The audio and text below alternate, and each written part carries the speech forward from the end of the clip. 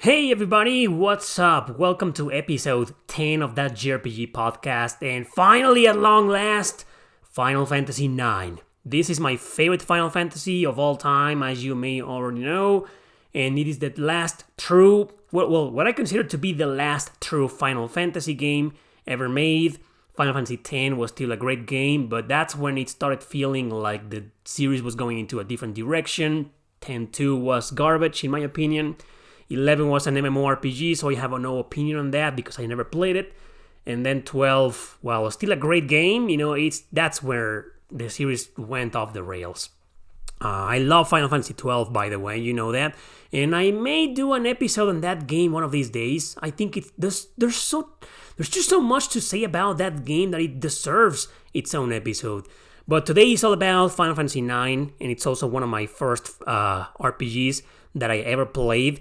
Remember, my first one was Final Fantasy Legend 2, known as Saga, then Super Mario RPG, then Chrono Cross, and actually Final Fantasy IX could be considered as my number 4, because after I fell in love with Chrono Cross, I found out about the genre, and I found out there was a lot of RPGs out there to be played on the PlayStation 1, that the PS1 was practically a JRPG machine, so I went bonkers and started buying more and more and more and more and more. And actually, the first RPG that I bought after Chrono Cross was Final Fantasy IX. I learned about the Final Fantasy series, I learned about Chrono Trigger, I learned about all the popular ones, right? All the popular series, Dragon Quest, Dragon Warrior, and all that jazz. And I was like, oh, okay, so I've seen these games for a long time, but I never really played them. Okay, so I went to a flea market, like maybe... Heck, fine, like 2-3 weeks after buying Chrono Cross and playing the shit out of it, and I wanted to play another RPG. However, I was buying like pirated copies. That was a really common thing here in Mexico. It still kind of is, not so much anymore as back in the day, but it still kind of is common to buy pirated copies, bootleg copies of games, but that's what I was into back in the day. I didn't have money to buy original games. So, I went to a flea market in pursuit of RPGs, but I barely had any money, okay? So the problem is that in these flea markets, they will sell you games based on how many discs they were, because they were pretty much selling you the disc itself, not so the game, the disc. It's not like, oh, this game is more expensive. Dude, they're all pirated copies. Every game... cost the same, right? As long as it's one disc. Well, Final Fantasy fucking 9 was 4 fucking discs. So that's all I could afford back then. So I bought the game and I was like, oh man, but what about Final Fantasy 7? What about Final Fantasy 8? Final Fantasy Tactics? What about Dragon Quest 7? What about blah, blah, blah? And I was like, nope. Today I can only afford Final Fantasy 9. And guess what? It was in Spanish. Chrono Cross was in English, but at this point of my life, I was 20 years old. I was already bilingual, completely bilingual. I could easily read and understand English perfectly fine, but the copy that I bought of Final Fantasy IX was in Spanish. And I was like, oh, okay. So I put the first disc on, it worked perfectly. I noticed that the main character was named in Spanish. Gitan, not Zidane. Everybody knows that guy as Zidane, right? Zidane. No, but in this Spanish hack or fan translated version, or I don't even know if it was an official Spanish translation. I have no fucking clue, man.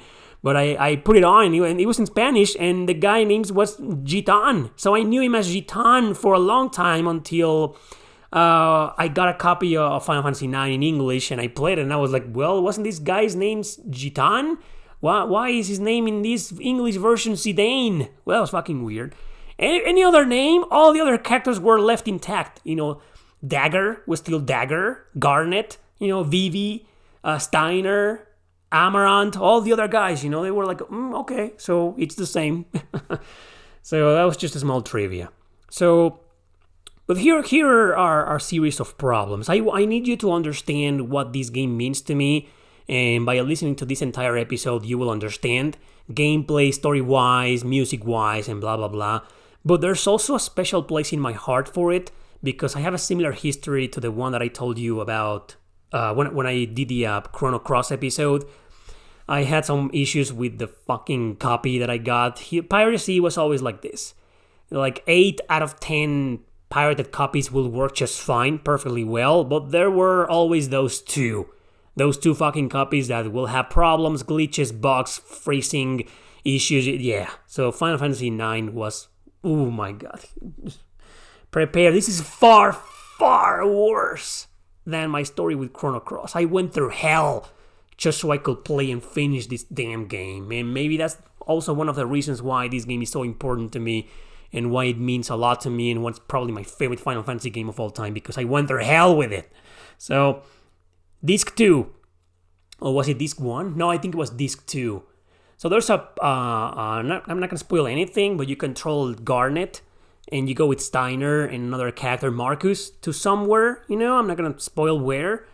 That's before I could enter this certain place, the game will freeze. And there was nothing I could do. I tried everything, I tried different things. I even tried one of the dumbest things you can imagine. I'm going to say it right now. It's embarrassing, you're going to cringe. But the internet back then was a bit different, was a little bit more ignorant. And there were a lot of stupid fucking advice on the internet to make things work and to remove glitches. Of course, this method that I used, that I read online, never worked. But it went like this. Just put the disc in your freezer for like 10 minutes. Are you still listening? Yep. You're laughing out loud? It's pathetic, isn't it? But I did that. I put my fucking disc in the freezer for 10 minutes. Of course it didn't work. Okay? The fucking disc was bad. The ROM, the patch, the whatever you want to call it, it was bad. It was fucked. So, no choice but to take the disc or the whole game back to the seller and tell him, hey, it's not working, it's glitching. So what did he do? He gave me another copy, thankfully. So now this fucking copy worked perfectly well. Disc 2 was fine. I was so excited, because back then, I was still on the era of just having a few games for your console and that's it. It wasn't like nowadays where you have access to everything you want, thousands and thousands of games at your disposal through emulation, or through online services or whatever, No, back then I had fucking 5 games on the PlayStation, Well, actually I have 20. But when it comes to RPGs, I had like 2, right? So I was so in love with Final Fantasy IX. I had loved everything about it that I needed to make it work, right? It felt great when I took it home and the glitch was no more. The game wasn't freezing, that was glorious. But then Disc 3 happened. At the very end of it, where the game asks you to change to Disc 4, it fucking froze again. So I took it back, and the seller said, I don't have any more copies in Spanish. And I was like, well, just give me one in English. And he said, yeah, but I can do that, no problem, But if I give you one in English, then your memory card is not going to work. Why not? Because your file is based on the Spanish version, on the Spanish hack, not on the English one. It's not going to be the same file. It's not going to work. You're going to have to restart the game from the beginning. Exactly. So my life was ruined. Yep.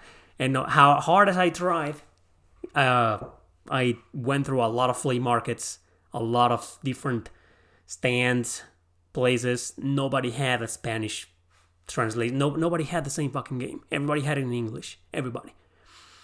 So I was like, well, I'm gonna have to burn the disc, right? So eventually, I got myself one, and I burned the disc. I downloaded the Spanish ROM, and I fucking burned, the disc 4, so I could have access to it. But for some reason, it didn't work. Burning discs back then, I'm talking to you about 2006, was 2006, and it was pretty new, So especially for the average user, for people who made this for a living, and printed a lot of copies and burned a lot of CDs, it was pretty normal. They knew their way around it. We didn't. The average person didn't know what the fuck. So, god damn it, man. Imagine my frustration. But one day, I found the copy at a flea market in another city. I had moved to another city. So long story short, I found finally, after years of not finishing Final Fantasy IX, I finally found another copy in Spanish. So I took it home, these 4 worked, and that's the end of the story. I fell in love with the game. That's why it means a lot to me.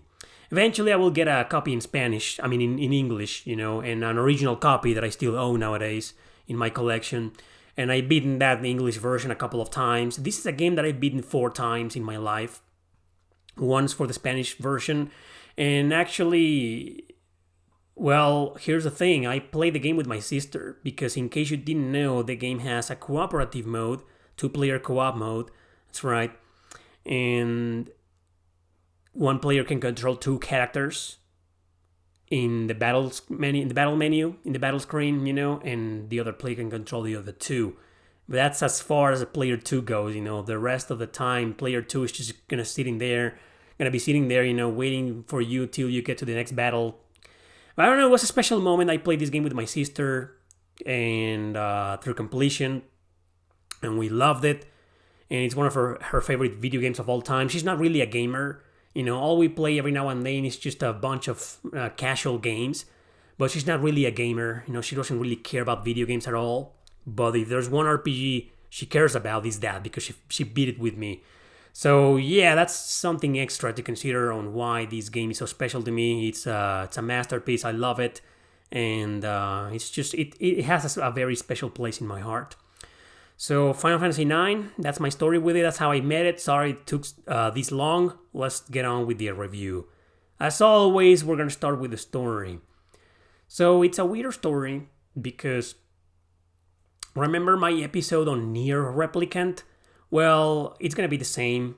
Actually, at the very moment that I'm recording this episode, I'm still playing Tales of Rebirth on the PlayStation 2, and it has a similar issue.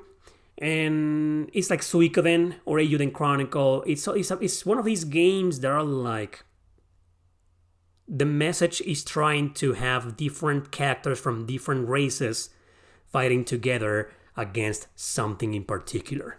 Okay? So it's kind of uncomfortable playing this game nowadays. It's like Nier Replicant in the sense that this fucking political bullshit going on nowadays has kinda ruined the enjoyment or the perspective I have on certain games.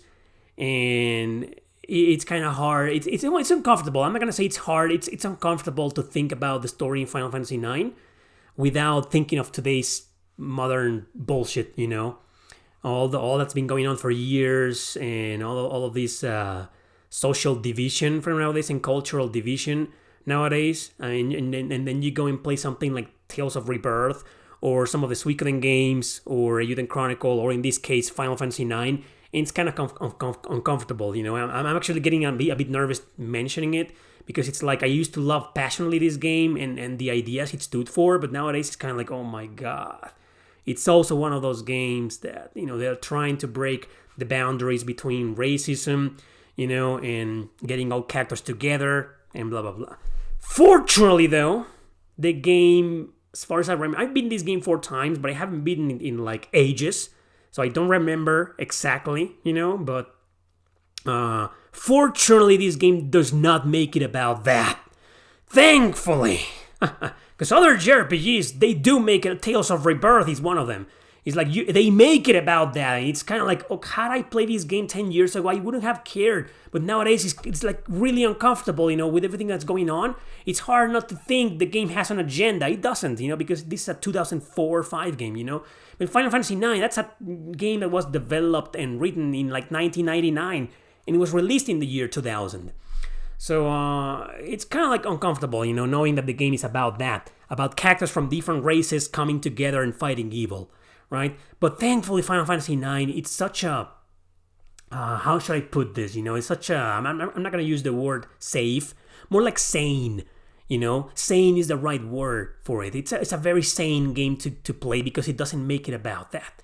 So, and guess what? The story is not really about that. It's just, I think Hironobu Sakaguchi always liked the idea of characters from different races coming together. And this is a fantasy game, so it's not like, oh, the blacks and the Indians and the... No, that's bullshit. This is a Japanese guy who lives in Japan, and there's barely any people from different races in that fucking country. Okay, so he was more into races from like the anthropomorphic creatures, or the fucking animals, or the fucking, I don't even know what these races are. Vivi, for example, he's a black mage, and what the fuck is a black mage? It is explained in the game, but at the beginning you're like, what is this thing? Is he an alien? What the hell? Because there's nothing but darkness inside of that body, So it's a weird character. And then there's Eiko, and then there's Amarant, and then Zidane has a tail. So what the hell is this Dragon Ball bullshit, So it's like that. What are the races in this game? But also that's what makes Final Fantasy IX so damn unique. Because these races, you barely find them anywhere. I mean, you usually find the Tolkien races, like the elves, the dwarves, even in a lot of JRPGs, it isn't just something Western RPG. It's also something like Japanese RPG, But in Final Fantasy IX, it's like every race is like super unique, and it's like, what the fuck is this? And Freya, for example, she's a rat character, and okay, rat races are pretty common in JRPGs, not so much in Western RPGs. That's more of a Japanese RPG trope, But it's like every character is so unique. And not only that, to add more to the uniqueness and weirdness of the game, which makes it special, even more special, is that the character design is a little bit super deformed, almost chibi, not 100% chibi, but almost chibi. But up to the point where it doesn't really look like super cute. Like, what I'm talking about. There's a lot of RPGs or video games with chibi characters that look fucking chibi with huge heads.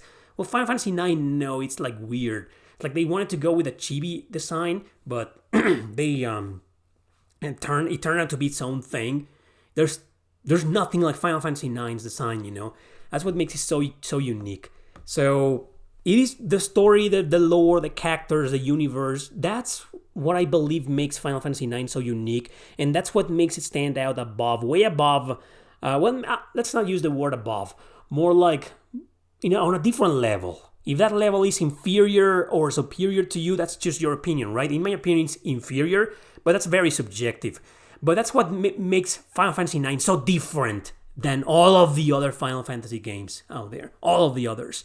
Precisely because it makes it about the races. Not about racism, thankfully, but about the races, just coexisting and living in this world while everything's mixed up, and then they have their problems and their differences and their cultural differences, and that's what people don't get nowadays, but we don't want to get into that. So, but the story in this game doesn't make it about that. It's about, you probably already know that, it's about Zidane being part of a bunch of, let's call them mercenaries, even though they're not.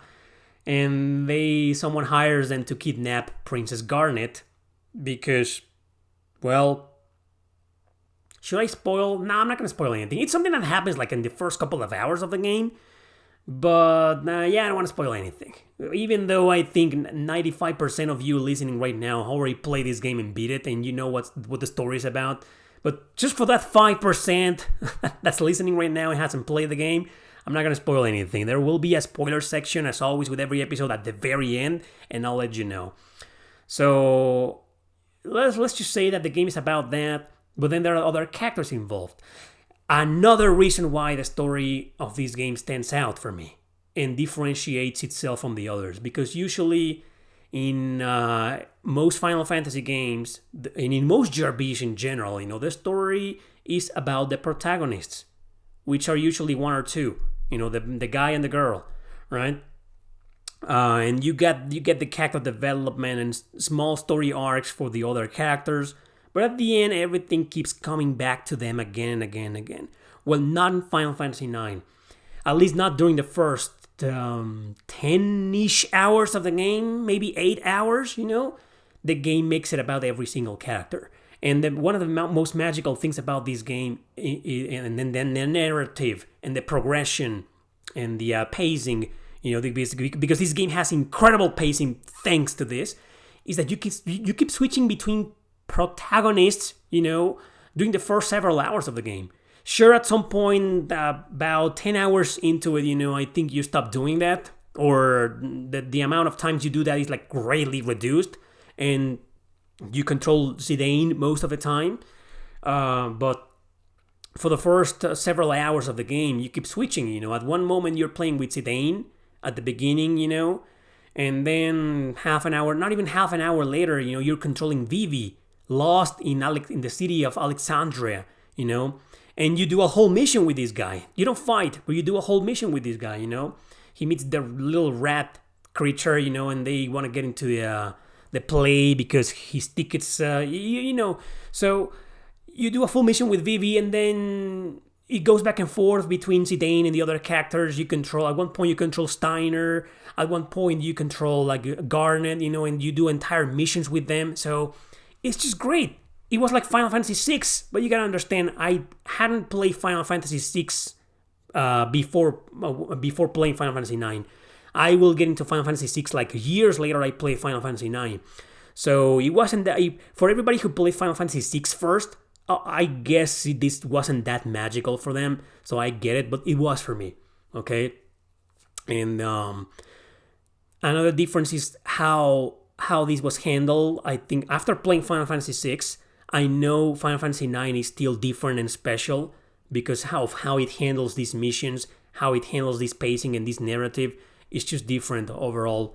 So I really like that. And I like the fact that Hironobu Sakaguchi took that formula back that we saw in Final Fantasy VI, took it back so we could experience something similar again. And maybe for the last time. Because as you may already know, Hironobu Sakaguchi, he did work in Final Fantasy X, but he was just like from the sidelines. He barely laid a finger in that fucking game, But Final Fantasy IX was his game. There's a video that I did called 10 things about the 10 things you didn't know about Final Fantasy IX. If you want to check it out, it's there. I cover a lot of things that I'm not going to cover in today's episode. If I briefly mention them, that's okay, but I'm not going to get into them. So the whole story, the whole development of Final Fantasy IX, it's in that video. I invite you to check it out, watch it if you haven't. It's a really interesting video. But the thing is that, long story short, this was pretty much Hironobu Sakaguchi's last Final Fantasy game, and this was his masterpiece. This is his masterpiece. So, check out that video. So, the storytelling in this game, I love it, because it slowly starts making it more about self-discovery and trying to come to terms of who you are, of who the characters are, and their place in the world, and their place amongst their friends. Sure, it ends up being about the power of friendship, like 9 out of 10, 999 out of 1,000 JRPGs. It's also about the power of friendship. But what makes it interesting is about the self-discovery journey and the emotional crisis, not the emotional, like existential crisis about each character, especially like characters like Vivi, and Zidane himself. Like this, like who they are and how are they supposed to come to terms with that, and what are they supposed to do. So it's a pretty interesting and also a really charming story because of that. So while the story isn't like it isn't Xenogears, it isn't Chrono Cross level of storytelling, I still think the story is like a masterpiece. Because of that, even with its charms, it's funny, comedic bits. It's funny. It's fan service. This game has a lot of fan service. You can't really tell. I mean, it really doesn't stand out in terms of fan service because of the character design. But we'll get to that during the graphics section. I have some things to say about that. But even with all of that and the funny looking characters, and the funny magical universe, it's got this story that is very well written and very well thought out and very well planned. It isn't just about the thieves and kidnapping the princess and then rescuing her and then, being a part of their journey. No. It's like, no. we're not gonna get into the spoiler section right now, but if you've played and beaten this game, it may be that, well, you probably noticed how special the storytelling is in this game, despite not being that original, or not that mature or dark, It has some darkness in it, but it's not like Xenogears, or freaking Shadow Hearts, and it's not like that, okay? But I love it nonetheless. Great story. Now, let's move on with the characters. Believe it or not, I do have a lot to say about the characters, but I'm gonna go pretty quickly because I know the characters are like a topic in this game that's been overly explained on YouTube and on the internet. So I'm just gonna go by them real quickly. Zidane, he's a good protagonist. I don't think he's one of the best, but he's certainly one of the most memorable because he has this charisma. But he's not the usual JRPG protagonist that's charismatic and the power of friendship and lively dude, and getting everyone together. Well, he's kind of like that, but he's also like in a really funny way, trying to be cool whenever possible, but never going overboard. What I'm trying to say is that there's so many JRPG characters like this guy, but you cringe with them.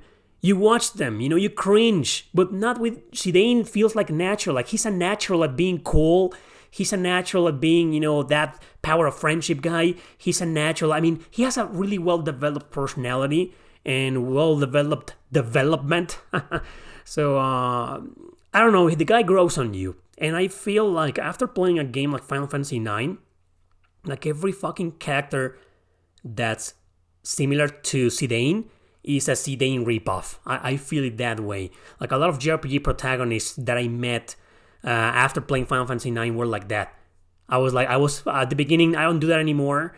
But at the beginning, I was like, oh, these guys just like Zidane. Oh, these other guys just like Zidane, And they try to be like that. And you kind of cringe. Like half of the time, you're like, oh my God. But with Zidane, you don't. Like, I don't know. It's just so natural. The way Sakaguchi wrote this character in particular. I mean, it's so natural. And he never goes over the top. He never goes overboard like with other JRPG protagonists that like feel like kind of like an exaggeration of Zidane.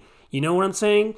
So that's why I have a lot of respect for Zidane, even though if you've never played this game before, or if you've played a crap ton of JRPGs before Final Fantasy IX, Zidane's not going to be special to you. He's just going to be a fucking walking cliche. I can guarantee you that. But if Zidane was one of the first characters that you saw that were like that, he's going to be special. You know what I'm saying? And, there weren't a lot of JRPG characters like that from the year 2000 and below that. Most protagonists were like edgy or kind of emo-ish or kind of silent, like didn't have a personality. So, yeah. Apart from that, Zidane, what I have to say, has a lot to do with his character development near the end of the game, so I'm going to leave that part for the spoilers. But for now, he's a fun character, he's a fun guy. He's one of my favorite Final Fantasy protagonists, but he's far from being one of my favorite JRPG protagonists, like of all time. Very far from it. He's a good, cool guy, and I liked him, but he's like okay at best. Next is Garnet. Garnet, it's hard not to fall in love with Garnet because she's so pretty and beautiful, and sexy, but without going over the top. She's wearing this really tight suit. And it's hard not to look, you know what I mean? But also, she's not like, I don't know. The point of this character is of her design, is not to be like super sexy or super appealing, So that's, in terms of fan service, they kind of found some balance. So I like that. But one thing is that sexualizing a character like Garnet wouldn't make any sense story-wise. Well, actually, it never does, but a lot of really sexy girls out there in JRPGs do end up growing on us. Regardless of what they're wearing, they become such badass characters, and we love them. But Garnet is like one of those characters that I think... I'm going to use Xenoblade Chronicles 2 as an example. right? So Xenoblade Chronicles 2 is one of those games that the girls are so sexy looking that you don't take them seriously anymore. You get to a point where like, oh, she's trying to get serious. She's trying to be serious at this, and then, no, I can't stop looking at her fucking tits, you know? So, and with Garnet, you kind of like forget about that for a second with all of those dramatic scenes. And the relationship between Garnet and Zidane is like, dude, I just love this. Again, if you played a crap ton of JRPGs before, this is gonna be nothing but a fucking annoying cliche. But if this is one of your first RPGs, this relationship that slowly develops between Zidane and Garnet, you know, it's just wonderful. It's wonderful. They just go back and forth. Like, they slowly start liking each other, and then at one moment, they're like, oh my god, get the fuck out of my face, you know, and then they come back. Yeah, we've seen that. That's a JRPG cliche in characters, but I like it. I like it a lot. And maybe not so much anymore because I played a crap ton of JRPGs with the same kind of Final Fantasy IX romance ripoff. But I liked it. And it's nowhere near as annoying as the romance between Squall and Rinoa in Final Fantasy VIII. Fuck, man. Maybe Final Fantasy VIII deserves an episode one day so I can bitch about that. But it doesn't go overboard with the romance, you know. And little by little, the game starts developing Garnet in her own way, individual way, in kind of like a small feminist way. You know, at one point, she cuts her hair off. You know, and I was like, well, Final Fantasy IX was one of the first games to do that, maybe. But nowadays, it's like a symbol, right? And it fucking sucks.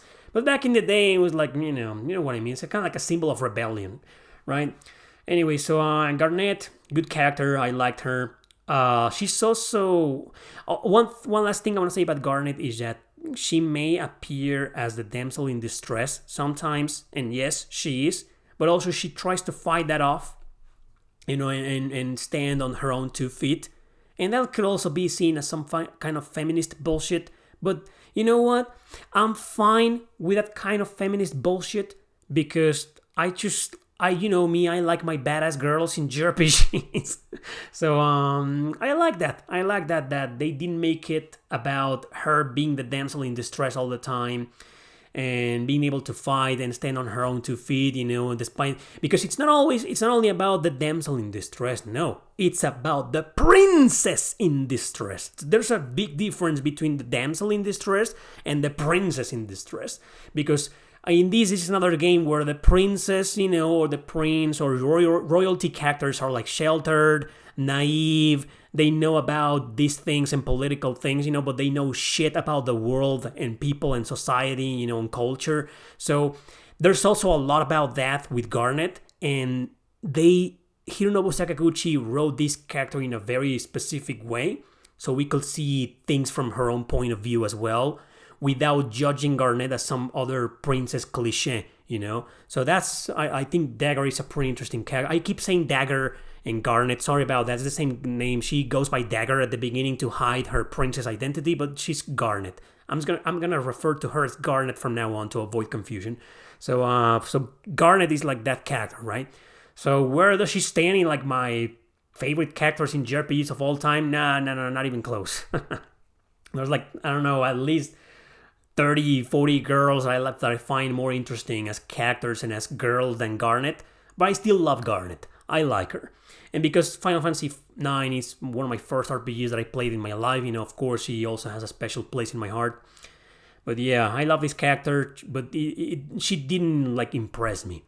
Vivi, however, may be one of the most interesting characters in JRPG history. But nowadays I feel like he's overrated. Like, everybody talks about him. Like, everybody loves this guy. Nobody shits on Vivi. And, you know, I'm gonna shit on Vivi just to be different. No, I'm just kidding. I do have some mixed feelings nowadays about Vivi. Because he is that character that doesn't even know who he is, where he comes from, what the fuck is he supposed to do. He just tags along Zidane and Garnet. Like, for reasons that I'm not gonna spoil. You know, but most of his reasons are like not really strong. Like, he's just there, you know, he just tags along. So and at the beginning, when you first encounter this character, I mean, you fall in love with him because he's just a little cute bastard, you know. But not only that, because he's like, I mean, look at his face. Like I said at the beginning, there's nothing but darkness. Like, who is this guy? What kind of, is he a living being? Is he some kind of, I don't know, I don't even know. What the fuck is Vivi? What the fuck is Vivi? Right? But at least if this game came out nowadays, they will be like, oh no, we don't know the gender of this character. Fuck that shit. Thank goodness this character came out in 2000. So yeah, the game acknowledges all the time this guy is a guy. Well, then there's Quina, whatever. We'll get to that. Anyway, so Vivi, great character. He obviously, and everybody's going to agree with me on this, he gets the best development of the game. He gets the most development. He's a shy little guy who acts like a little kid, but we see Vivi mature and coming to terms with who he is and what he wants to do, and all these existential crises, it's based on a character like him. And yeah, this is a character that has inspired a lot of people to write stories or to write characters, similar characters. A lot of people relate to this character, especially nowadays. It's hard. I haven't seen anyone talking about this game in a long time, but I imagine if I did nowadays, you would be like, oh my god, you know what kind of people I'm talking about, like relating to a character like Vivi. Like, oh my god. So Vivi is another character like Quina. You know what I mean? In Nier Replicant. This is what I mentioned at the beginning. Like, Vivi is that character. Like, I used to love Vivi, but nowadays it's like a character that's trying to be stolen by these fucking people, and they've kind of ruined it for me. But what can I say? I've been a big fan of this character for many, many years, for decades. So, Vivi is one of the most special characters for me in Final Fantasy IX, and he's definitely one of my favorites, Moving on to Steiner. There's not much to say about Steiner. He's just a funny guy. His whole purpose is to be funny. He's like the comedy guy, that's just there for laughs. He does get development. I like how near the end, no spoilers, but like he fucking matures, even though he's basically the adult of the party for a while. So I like how he basically matures. He starts seeing things in a different light, in a different way after traveling with Zidane and Garnet. He's the super overly protective character of Garnet, and even she gets sick of him like right away, doing it for several hours of the game. She's already sick of him, but he's that guy. I guess he's a character that very, very, very slowly grows on you. And as a unit, of course, he's really useful, but we'll get to that later. But yeah, not much to say about Steiner, except that he's a really funny guy, and it's hard to hate. I think a lot of people hate him, but for me it was hard to hate because he grows on you. At the end of the game, you're like, Steiner, this journey wouldn't have been the same without Steiner, Next is Freya. Oh, man. Freya, for some reason, she grew on me fast. Not because she's like mature. She doesn't like a spoiled emo princess that Garnet is. She counters that by being, mature and responsible and reasonable, and experienced. But at the same time, she's kind of heartbroken for something that I'm not going to spoil. I don't know. For some reason, she was the most relatable character and the most interesting character for me. Sadly, she doesn't get the best development. Once her little story arc is over, that's it. And for like the second half of the game, she becomes this character that's not that relevant anymore, but she's kind of like babysitting the others. She's like mom, the mom character in the party. There's always a character like that, in all JRPGs. I don't know. I wish they could have developed Freya a bit more, but even without that, she's still one of my favorite Final Fantasy characters of all time, believe it or not. I know she's an unusual choice. Most fans of this game or fans of the series don't really care about Freya, and she's like okay at best for them, but for me, she was a big deal. I loved Freya, and I never took her out of my party. I love this character, man. But there's not that much to say about her without spoiling, or because she doesn't get the best development. Next is, okay, so let's just leave Quina for last, okay? Moving on to Amaranth. Amaranth, he's like the edgelord, and that's his whole purpose, he's an edgelord. If you guys like edgelords, he's gonna grow on you pretty quickly. I myself like an interesting edgelord, and he's that character, and he's also a tragic character. He has this deep hatred for Zidane, no spoilers, But he appears late in the game, on the second half of the game. Really useful character, really good character. It was hard to take this guy out of my party. I really want to keep this guy in my party at all times once I got him. But character-wise, he's just like Freya. Like, there's not that much to say about him. It's just, my problem with Final Fantasy IX is that it focuses a lot in, like, Zidane, Garnet, Vivi, and Steiner. But especially the first three, it's like most of the development and the storytelling and the narrative and the events that happen are because of these three characters. And maybe Steiner. But the other four, there's not that much, And Amaranth, like I said before, joins late in the party. So there wasn't that much. There's always, he's that character, In JRPGs, in most of them, we've seen some exceptions, But in a lot of JRPGs, characters that join like halfway through the game or late, you don't get to see that much about them because they join so late that it's too late, it takes.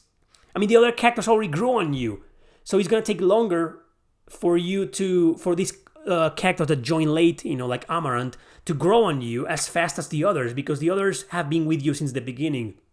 So Amaranth is that character, that JRPG character. But anyway, interesting character. I like Amaranth. I don't really have anything negative to say about this guy. I found him interesting, and in fact, what I've been saying, that I wish I could have learned more, so I could have appreciated this character a bit more. So a great character overall.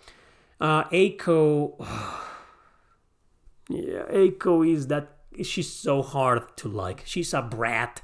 Her personality is like, sometimes she's cute, but most of the time she's just annoying. She is the lolly. Not lolly. Let's not call her lolly. It's just the little girl cliche. Okay, the little fucking girl.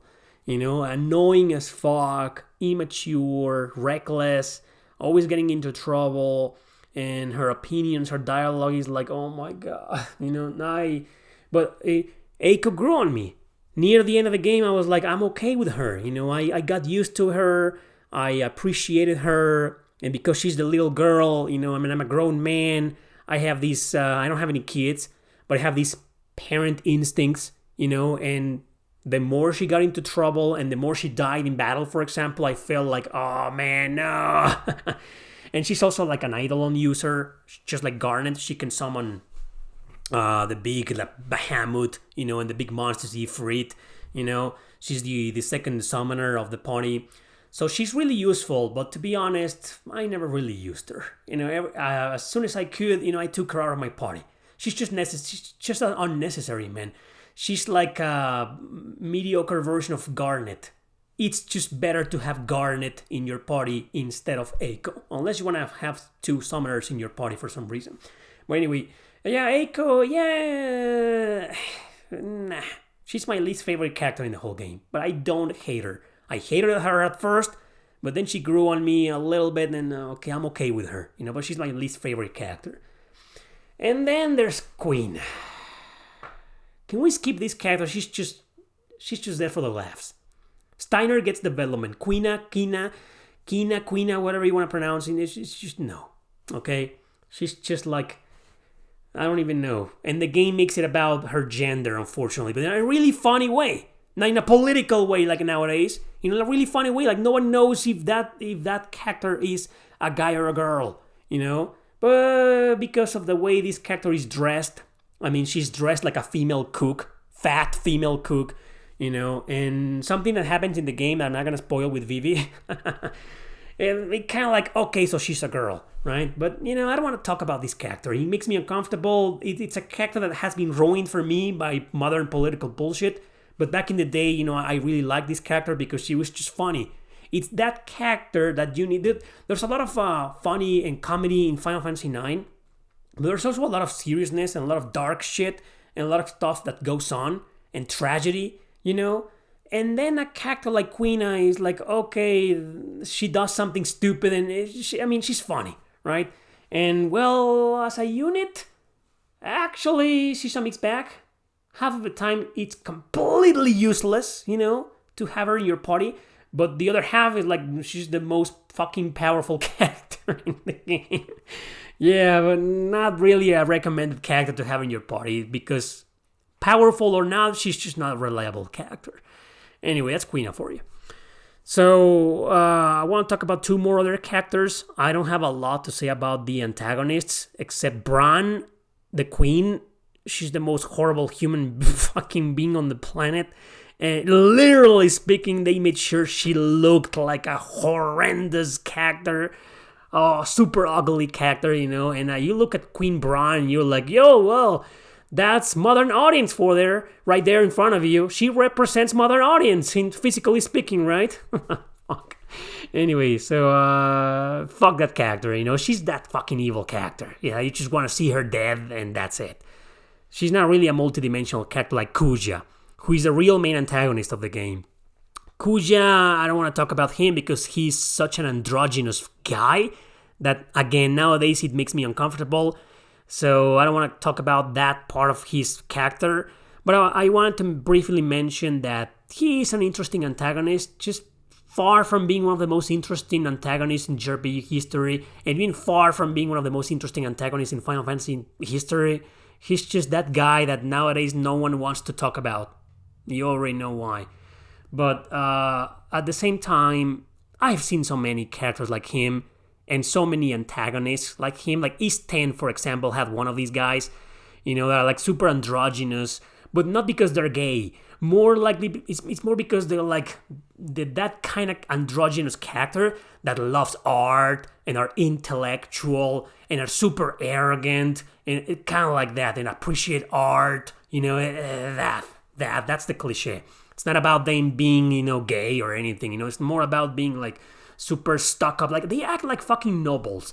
Like, some of these characters in anime or in JRPGs, like Kuja, for example, I guess they're more based in, like, royalty.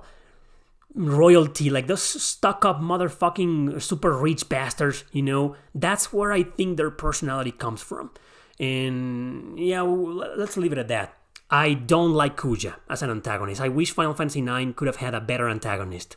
That's all I'm gonna say. Okay, so that's it for the characters and the story. The rest is going to be very briefly because this is a very traditional style video game. Like, in terms of gameplay, there's not that much to tell that you probably already know. Like, sure, it's town to town, overworld, random encounters. If I can bitch about something is that this Final Fantasy game in part, one of the fucking worst things about this game is the encounter rate. It's high. It's not that high, but it's high. And it gets in the way. And therefore, the exploration in this game, well, okay. On one hand, the exploration in Final Fantasy IX is great because it's such a pretty good looking game. Okay, maybe the pre-rendered backgrounds didn't age very well. But back in the day, that was the shit. That was fucking great, and I love that style. So all these, and the graphics are fantastic, and the pixel art is beautiful. Okay, so speaking about the graphics, in conjunction with the gameplay, one of the best things about the gameplay itself is that in the exploration is that you get to appreciate all of these freaking places, and it's just really good looking, pretty looking game. I don't know why, if you go back and play Final Fantasy 7 and 8, and you compare the graphics, Final Fantasy 9 has by far the best graphics, artistically speaking, of course. So it's just such a good looking game. And another thing about the graphics is what I mentioned at the beginning, that all these characters are super deformed, but not enough to look like completely chibi with huge heads, They still look normal. And because of the variety of races and the variety of places and cultures, you get to see like many different things about the world and the lore, that you fall in love with it. This is a wonderful universe Sakaguchi created for the game. It's just a beautiful fucking game. The graphics are like excellent for its time. Excellent graphics. I'm glad they went back to, well, the characters aren't exactly sprites. They are actually polygons, I believe. They may pass off as sprites, but I'm not an expert. Let me know. I don't really know if they're sprites or polygons. I think they're polygons, but just compare the polygons in Final Fantasy IX with the ones in Final Fantasy 8 and 7 that nowadays look ugly as hell, But Final Fantasy IX, the original version, still looks fucking beautiful nowadays. In terms of graphics, it aged perfectly. But, going back to the gameplay, in terms of gameplay, it just didn't, because the encounter rate is atrocious, and then moving around with Zidane, I'm gonna be honest, it felt fucking weird back then, but I didn't play this game when it came out. I played it in 2006 or 7, so 6 or 7 years after it was released, okay? But even back then, it felt kind of weird controlling Zidane, moving him around, jumping from one place to another. There's barely any platforming, but you know what I mean. Or finding hidden areas or opening chests, even things like that felt kind of weird because they wanted to put a lot of emphasis in the animations. And yeah, the animations look great. How Zidane or the other characters run around or move, and the animations when they open a chest or stuff like that. I like it, it's great, but it gets in the way of controlling your character. So, and the environments themselves, the fucking pre-rendered backgrounds, they just don't look that good anymore nowadays. I mean, you have to appreciate these graphics and these gameplay mechanics, you have to have grown up playing this game, because playing this game in like 2015 or 2020 or nowadays, it's just not going to be the same, you won't get to appreciate them. You need to like play them back in the day or close, like I did. So I have a lot of appreciation for pre-rendered backgrounds, but they do look kind of ugly nowadays. And Final Fantasy IX is no exception, but it's more about controlling your character and exploring the world, and the overworld. Well, the overworld sadly doesn't look very appealing. There's a lot of mist for plot reasons, and I get it, but it makes at least the music in the overworld is like fucking goth tier, thankfully. But exploring around feels like Zidane is smaller than he is, and it feels like it takes forever to get from point A to point B because of this. I don't know. I don't like the exploration in Final Fantasy IX. And other gameplay mechanics, like, without getting into battle, other gameplay mechanics such as I'm not going to get into the minigames, okay? You know me, I'm not really into minigames. There's a forced minigame in Final Fantasy IX in the city of Treno. So you gotta learn how to play with the cards. And it's actually fun, when it comes to card minigames in video games. Final Fantasy IX has one of my favorites, but if you ask me to explain it to you right now, I couldn't, because I think I only... Like I said before, I beat the game a long time ago, and once I'm done with that part, I got so sick of that card battle system that I just never used it again, So I don't even remember how it works. All I know is that I found it kind of fun above other JRPGs out there, and it's good, but that's all I'm gonna say. But the rest of the gameplay mechanics, like, I remember when I mentioned the pacing. Well, this game has incredible pacing because of what I told you, that at one moment you're controlling Zidane with different characters and a different party, and the other moment you're playing with Vivi, and then with Steiner, and then with Garnet, and you know what I mean. So that's what makes the gameplay in this game so fascinating, probably because of the pacing and probably because of the switching between characters until they all come together and you just control Zidane the rest of the game. But what I like about the gameplay of this game the most is that, and that inspired me also to write books. As you may already know, I'm an author, and some of my books have been written in a very similar way. Like in terms of like switching between characters, or showing you different points of views. It comes from this game. I love that. And it influenced the heck out of me when it comes to like writing other stories that I used to do in role-playing groups on Messenger or on forums, on blogs, or Facebook even back in the day. So, yeah, it was pretty interesting. But I like how the game makes that type of narrative, a gameplay mechanic. Because you also have these little, how are they called? Time events? Kind of like the skits in Tales. You press the select button and then you get to see an event. And that's a unique feature of Final Fantasy IX. There's no other Final Fantasy game with that, and barely any JRPGs with that feature. You get to see these optional scenes. Most of them are mandatory, but like there's a lot of them are kind of optional, and some of them are missable. So if you want to get them all, read a guide. But it's just a very unique gameplay mechanic that I really enjoyed. I thought it was going to be disrupting because I'm in the middle of something and all of a sudden I gotta watch this active time event, and I click on it and it takes me somewhere, but it's always something entertaining and it's not that long. It takes just a few minutes, So I'm guessing, I don't know if I have no idea what I'm about to say, take it with a grain of salt. I don't know if Hironobu Sakaguchi or the developers of Final Fantasy IX were inspired by the Namco's Tales skits system, but it's kind of similar to that. Except this, some of the active time events, are like playable. You can move around, so it's fun. That's another gameplay mechanic that I really liked. And the rest is just, like I said, it's just traditional. You go from town to town. There's an overworld. You got your chocobo at some point. You discover new areas and whatnot. So there is some exploring worth doing, but you get a lot of random encounters. And when it comes to like the towns and the cities, they have their stores. You buy. Oh, it's also traditional in the sense that you buy fucking. Every new town has better weapons, and that's it. No bullshit. Not like modern JRPGs that fucking all the weapons are like plus 2 HP but minus 2 NP. Plus 3 strength, minus 2 defense. Like, fucking despise that, man. I hate that. No, Final Fantasy IX is not that. You just go, and the next fucking weapon or armor is just better. So you buy it, you equip it, and that's it. I love it. I know some of you are into complex equipment systems. Good. I'm not. I'm into complex storytelling, and maybe complex battle mechanics. But when it comes to equipment systems, give it to me in the most simple fucking way possible, please. I don't want to have to deal with that.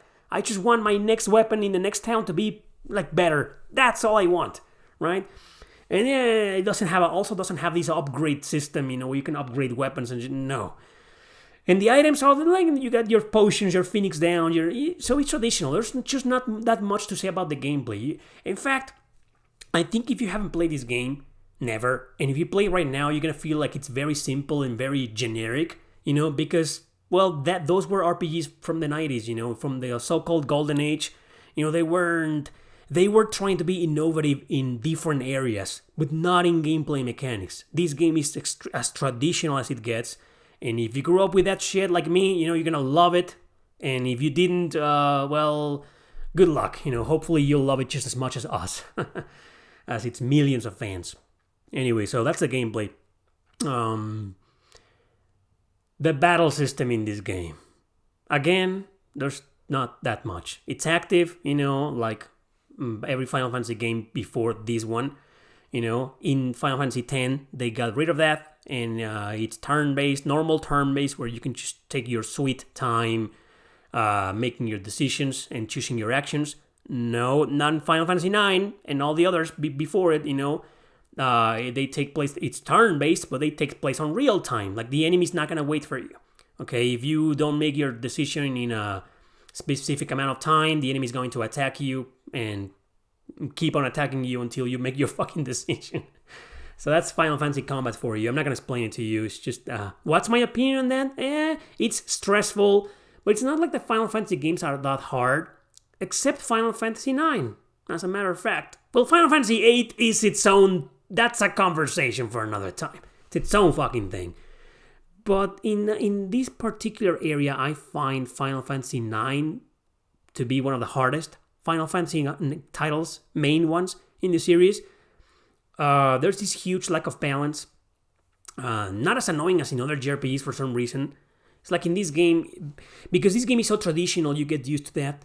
So all you're going to be doing is grinding every now and then until you get like 1 or 2 levels, and then you'll be fine. But man, you do this like 20 times in the game. You probably, well, is this a grind fest? Well, no, not really. You know what I consider a grind fest?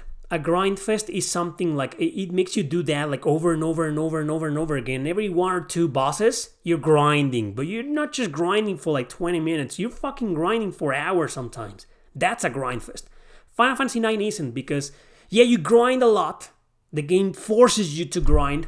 But you can grind for like maybe half an hour, maybe 1 hour, and then you'll be fine for a while. You will be able to defeat like the next 2, 3, 4 bosses, or you'll be fine the next 2, 3, 4 areas. So maybe that's the reason why the encounter rate in this game is a little bit higher than the others, because the game wants you to grind. Because the game is like, hey, the next boss is fucking painful, so you better level up a bit, you know? It invites you to grind. So I'm not saying the encounter rate is justified. It never is. Never. Okay? Not in my opinion. You know how I feel about random encounters.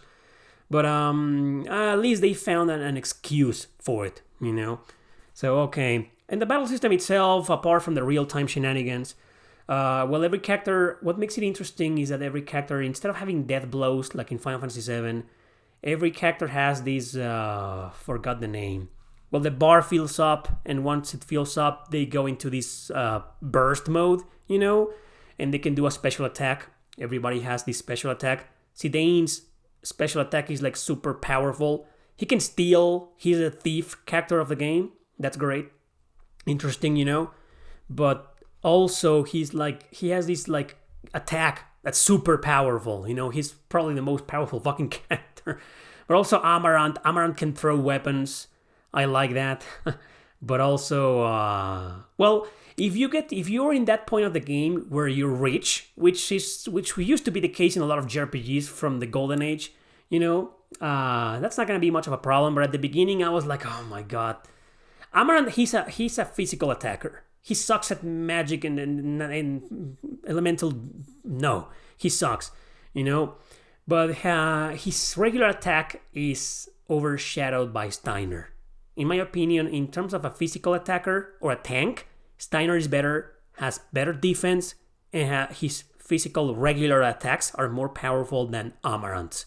You know, not by much, but Amaranth's a cool character.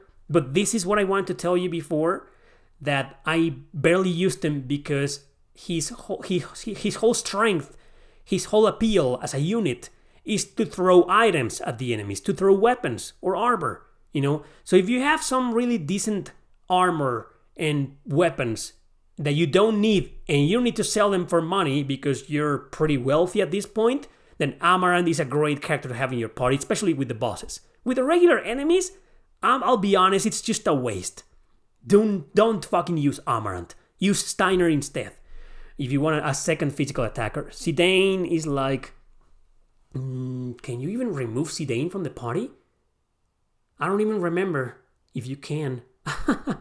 Anyway, but Zidane is a well-rounded character. If you equip him with like good daggers and shit, you know, and you train him well, man... Because there's another leveling system, you know, with some of the, the gems? Some of these things that you equip your characters with, and they have a limit to equip your characters with, you know? And with using the right ones, you can have a very powerful and useful Zidane in your party. So that makes him great, right? But when it comes to Amaranth, I insist, he's a balanced character, he's powerful, but yeah, he's very useful for the boss fights. If you have those weapons, because if you have good weapons or armor, that's gonna, you know, he's gonna do a lot of damage, you know, so that's what you want to do with the boss fights. And man, some of these fucking items and weapons can do a lot of damage. So great for the boss fights, but for regular enemies, there's just no point on having Amaranth in your party. That's just my opinion, though. You may think otherwise. And like I mentioned, like Quina is like she eats things, you know, and yeah. She's a mixed bag, you know. Sometimes, like I said, she can be the most powerful character in the game. But most of the time, she's just such an unreliable character that I barely used her, to be honest. She's mandatory in some boss fights. There's a really fucking hardcore boss fight in... What was the name of it? Like Grima something. Legendary. Appears... You're crossing a bridge in top of water, and this boss appears, you know. Wow, one of the most legendary boss fights in this game, because that's super hard, and I grinded a lot before this boss fight. But Quina is a mandatory fighter in that area. So anyway, Freya is my girl. She's pretty balanced. She's not one of the most powerful. She's not one of the weakest. As a physical attacker, I think Steiner and Zidane himself are better.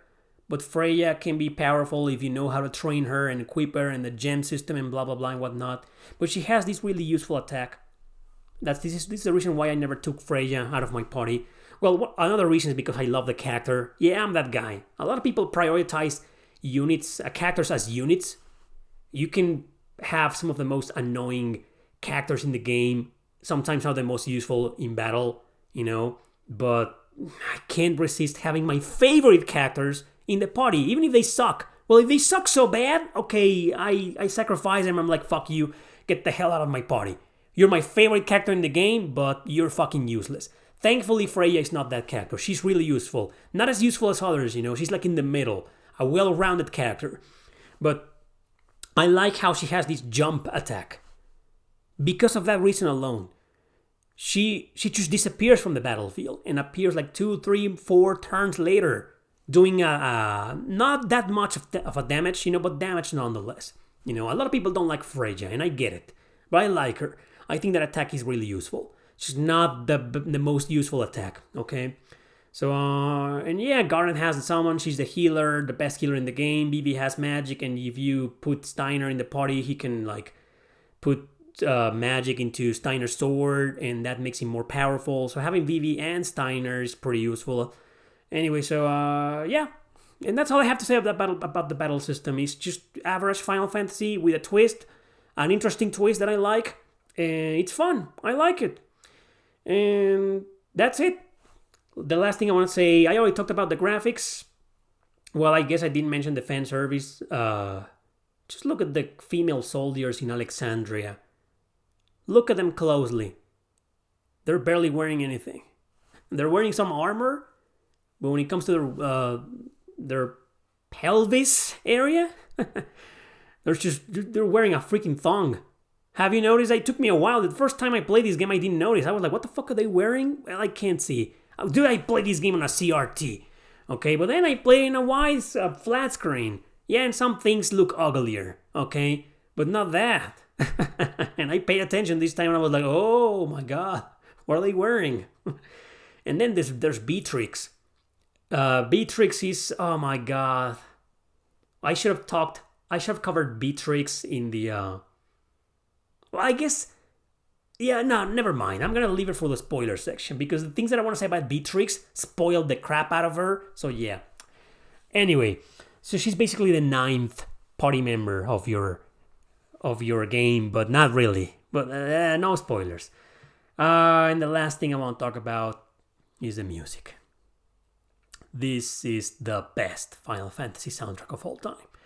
I don't care. I know Final Fantasy 7 is a big deal, and even 8. You can hate Final Fantasy 8 all you want. Nothing changes the fact that Final Fantasy 8 has an incredible soundtrack. When it comes to music, this is Nobuo Uematsu at his peak. This is the best. These games, the PlayStation 1 Final Fantasy games, are the best fucking music he's ever done in his career. My opinion, you may feel different, but these are my favorites. Final Fantasy 7, 8, and 9 are like god tier. Final Fantasy 10, great soundtrack.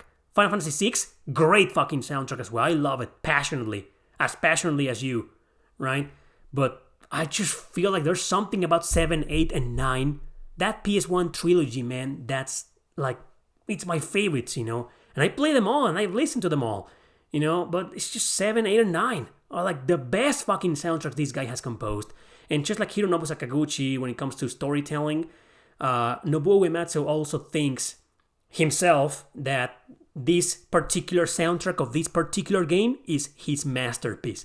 Like, this is the best fucking soundtrack he's ever done in his entire career. And I agree. Great soundtrack. Every song, the battle theme is legendary. The boss battle theme is just as legendary. Who doesn't like the overworld theme or the main menu theme? Or all of those town themes, city themes, the city of Treno's theme, that piano theme, or Beatrix's theme with the piano, so sad and it just immerses you into something like sad and tragic, but with pride in the middle. So well done. Like, he nailed it in every goddamn song. I just... Dude, I'm nerding out. I can geek out all I want in with the soundtrack of Final Fantasy IX. It's such an incredible piece. one of my 5 favorite video game soundtracks of all time. It's up there with Chrono Cross. Chrono Cross is always going to be number 1 for me. But if I had to pick a number 2, it will probably be Chrono Trigger or Final Fantasy 9. Or okay, maybe Shin Megami Tensei 4 Apocalypse, but that's a different style of music. It's just Final Fantasy 9 is such... That's it. That's it, guys. That's it. You know how I feel about it. So, I guess we're done with the game, with the review. I'm about to enter the spoilers section. So, as always, if this is where you tune out, thanks for listening, thanks for watching, and I'll see you next time. And long live Final Fantasy IX, Nobuo Uematsu, Hironobu Sakaguchi, and everybody else who worked in this legendary game. That's it, guys. Hope you enjoy Final Fantasy IX. Hope you're as big as a fan as I am. And if you aren't, maybe this podcast episode will change your perspective and make you go back to it and appreciate it more, maybe. Or maybe you're gonna hate it more. I don't know. And if you haven't played it, what the fuck? This is one of the most must-play JRPGs in history, man. So yeah, even if you're gonna hate it, I don't give a shit. Fucking play it. Okay, so spoilers. Spoiler alert. I'm about to spoil some of major events in the game. So this is where you turn out. Thanks for watching. Thanks for listening. See you next time, okay? Spoilers begin in 3, 2, 1. Okay. One thing that I didn't say about Zidane during my characters section is the development he gets at the end. Eventually you find out that, well, Zidane is a character that nobody knows where he comes from. He's like, why do you have a tail? And why do you look weird? Why do you look different from us? You know, you're not a human. You're not from the Vivi Black Mage race. You're not from the Eiko. What the fuck are you, man? Well, actually, Eiko is pretty close, but anyway. So, once you find out that Zidane comes from, like, a different fucking world, that's where you're like, what? So, okay, that was funny at the beginning. Once you learn of his existence and of his race and where he comes from, it kind of gives you a different perspective on, not in terms of race. Remember what I said at the beginning, that this game isn't really about race, you know, unlike other JRPGs. This is more about, okay, I'm that.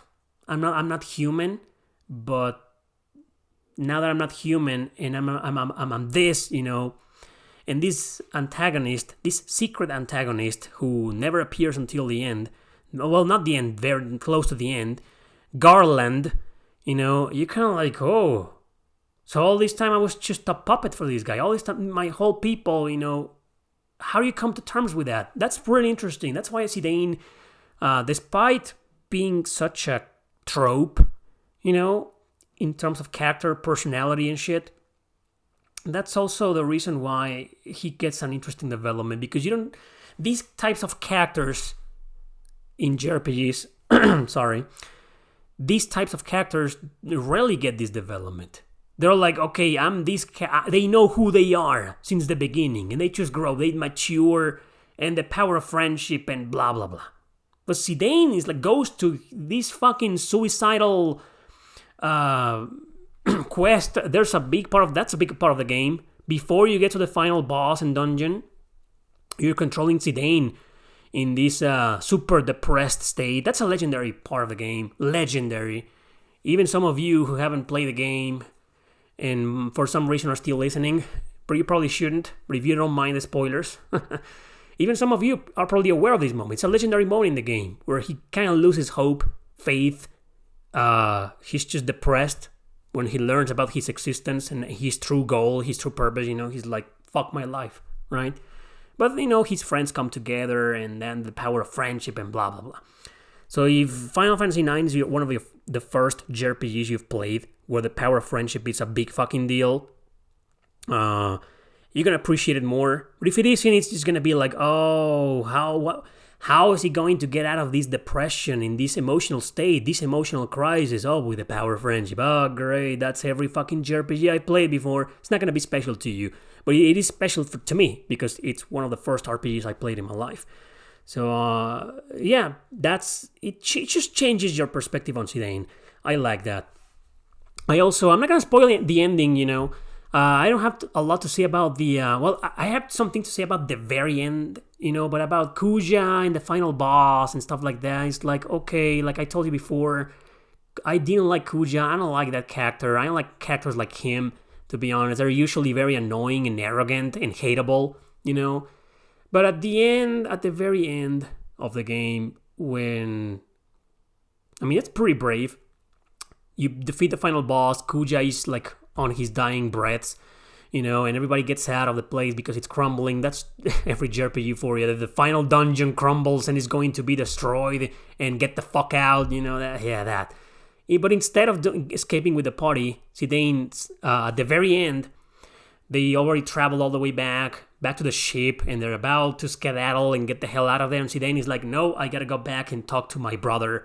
Oh yeah, spoiler, Kuja is the same race as Zidane, and they're brothers, actually. So when that's revealed, that's like, holy shit. This guy, this androgynous royalty stuck-up nerd, an arrogant piece of shit, turned out to be my fucking brother. Oh my god, that's an interesting spoiler, I'll give you that. But it wasn't that impactful for me. What's more impactful is that he goes all the way back, risks his life so he can like tell Kuja, hey, let's just go together, man. It's over. We defeated you, and you have no more reason to fight, so let's just escape. And Kuja is like, no, I'm staying here. Fuck off. And you don't know that Zidane escaped or not because the whole thing crumbles, and you don't see Zidane escaping. So at the end, you're like, well, Princess Garnet is like now a queen, and during the coronation scene, everybody's like happy for her. They still have that hole in their heart because they didn't see Zidane coming back. But then all of a sudden he comes back in the coolest fucking way possible, and then grabs Garnet, kisses her, and yeah, that's just, man. And the song playing in there, so it's a cheesy ending, I know that, and we knew it was gonna happen. Like, come on, Zidane can't be dead. He's gonna come back, and knowing Zidane, he's gonna come back in that cool way. He's gonna make like one final appearance, at the very end when Garnet has lost hope, he's gonna come back and do this entrance in a funny yet cool way. That's Zidane for you. It was a predictable ending, but it feels great. They made it look great. They made it feel great, with the music playing, and Zidane doing that entrance, I don't remember if I cried. I probably shed maybe at least one tear at that of happiness, I don't remember if this game made me cry, to be honest. It probably did with that ending, because even though I was expecting that, the way they do it and with the music playing, it's just, it hits you, it's like, oh man, thankfully that it got a happy ending.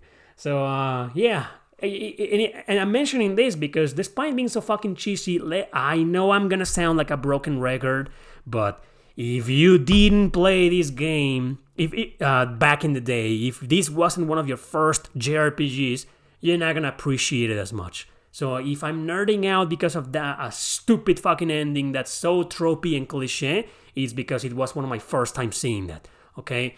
I know nowadays it's like overdone, but yeah, that back then was like, I don't know, something special ending. And that's pretty much, Freyja. Let me just talk about Freyja. I should have mentioned Freyja, before I mentioned the ending. But,